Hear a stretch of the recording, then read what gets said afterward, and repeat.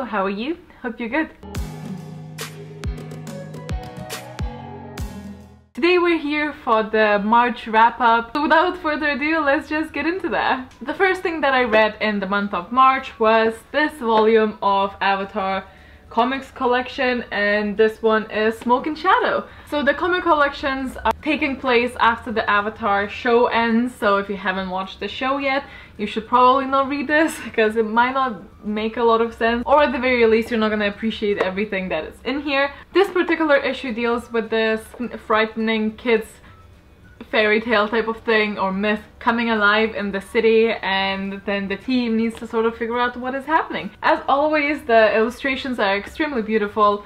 My love for Avatar really makes it difficult to be objective. It wasn't like The Search where we addressed Zuko's mother's faith. So it didn't blow me away and I didn't give it 5 stars, but 4 seemed reasonable. So I read this, I had a beautiful time because of course it's Avatar and I love Avatar. You know, one of my cats is named Momo. So I still had a really beautiful time with it. Done. Next thing that I finished in March was Strange the Dreamer by Laini Taylor. This one was mind-blowing to me personally. This is about our main character Laszlo Strange, who is an orphan who was raised by monks, and then he becomes a librarian, and he's always been known to be a little bit strange and, you know, the head in the clouds and a really strong dreamer, believing in things other people will consider fairy tales. Would you know, one of his fairy tales seems to be based on some real stuff. So we follow him in his pursuit of chasing his dreams and checking if they're real. I think this book is extremely beautifully written. Laini Taylor does such a beautiful job. I just had honestly like a really amazing time reading this. The book itself is absolutely gorgeous. That doesn't really have to do with anything. It deals with otherworldly creatures and alchemy, and the antagonist is really complex, I thought, and the main character is amazing. It's probably one of my favorite guys in literature from now on because he's just so, I don't know, also almost relatable, and it wasn't like he wasn't overpowered in any way, and was very believable, extremely selfless, and just really easily lovable. Some people had problems with pacing in this book, so if you're a bit picky with and you don't really like slow books, it might not be for you. I didn't consider this a slow book, but I also like slow books. So to me, this book was about loneliness, dreams, nightmares, past that haunts you, and future that is really uncertain. And I don't know, I just loved it. This was 5 out of 5. I already have a Copal review up on my channel, so if you want to see a little bit more about this, you can also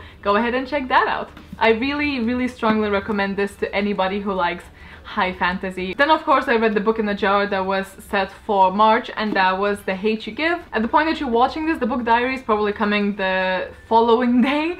This is based on the movement of Black Lives Matter, and the main character is black, and there's a lot of... It's basically about injustice and racism. While I thought this was a really brilliant book and really important book for especially younger audience to read, and also actually audience from Europe to read, because for me, one of the striking things was not only the injustice based on race, but just the insaneness that everyone has guns in USA. I know that. It's not like I'm not aware of gun policy, but it just sounds so different and hard to imagine. So I actually really enjoyed this book. It wasn't as hard to read as I expected it to be. I think it's trying to make it a bit more approachable with the humor in here. My favorite thing about this book was the family dynamic and, you know, the clear not absence of the family, if you know what I mean. The least favorite part for me was the writing style. It wasn't difficult to read. I just thought it was very mediocre, and I feel like while the topic was brilliant, I think this book did catch on because of that, which is fair enough, and I'm really happy that that happened. But that's obviously not the point of this book, and yeah. All in all, basically, if you've read this book or if you read it with me in the Book in the Jar Club, there's gonna be probably quite a lengthy video coming your way, and if you want to know way more about this, you can do it there. I enjoyed it, I thought it was important, so I gave it 4 out of 5 stars, which is still a really good rating. I am currently rereading Harry Potter, so I finished the Harry Potter and the Goblet of Fire. I fell in love with this book more than I think in any previous reread, because it just seemed like this is where things start happening. This is where like writing style shifts a little bit from the first 3 books. I know a lot of people say that the 3rd book is where things get dark, and I can see that because of obviously about the Dementors and everything, like we get introduced to this dark past. To me, I think it's where this book is where things get real, and I just really enjoyed this book this time around. It's not, I think it's because this one was the least read of mine for the rereads, I think, for some reason. I can't wait to start the 5th one, but that one's in the Owl, so I can't do it until Monday.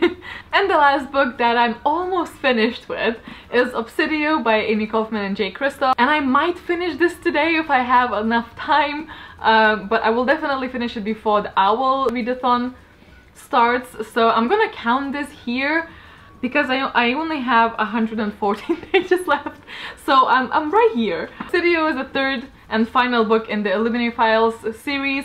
So the first one being Illuminae and the second one was Gemina. So far, I think this is gonna be a really solid, at least 4 stars. I don't know, I really need to finish to say what I think about it. I think I'm gonna review the whole series put together with Callpile at the end of it, and I'll mention the I will mention the score in that video then. So because I'm not actually gonna talk about my TBR, because I already uploaded my OWL's TBR, which is gonna be my April TBR either way, so if you haven't watched that one, go ahead and check out what I'm gonna be reading in April if you fancy. Because we have a little bit more time here than usually, I thought I might just mention what I've been watching as well, because I always like seeing that in other people's wrap-ups, so I thought I'll mention it as well. First thing that we watched with Logan throughout this month was Dirk Gently's holistic detective agency. We both thoroughly enjoyed this. We watched the Netflix versions, which is the American one. It has Elijah Wood in there.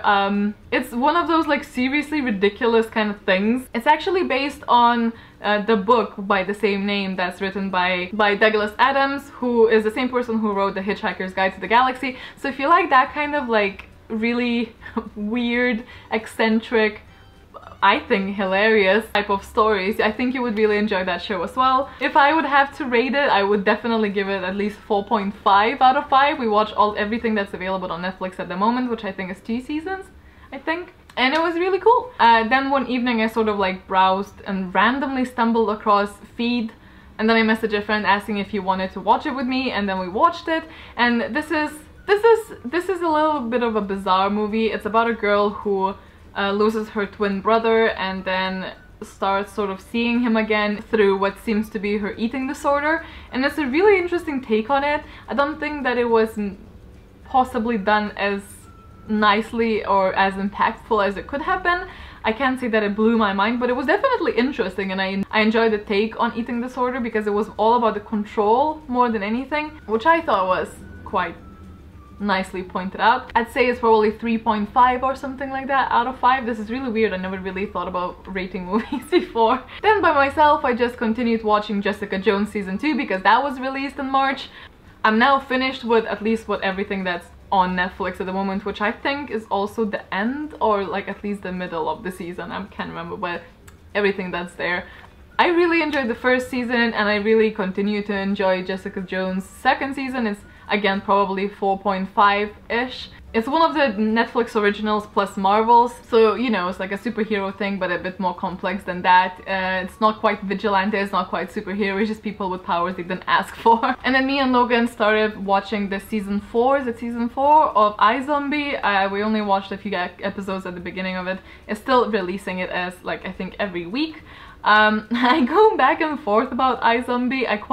I really like the tone in it. It got much better after the first season, I think, because at first I was a little bit cringing, I'm not gonna lie. A little bit of unpopular opinion though, I really don't like the main actress, so that sometimes stops it, but it's a really enjoyable and quite funny show, so we're continuing to watch that with Logan.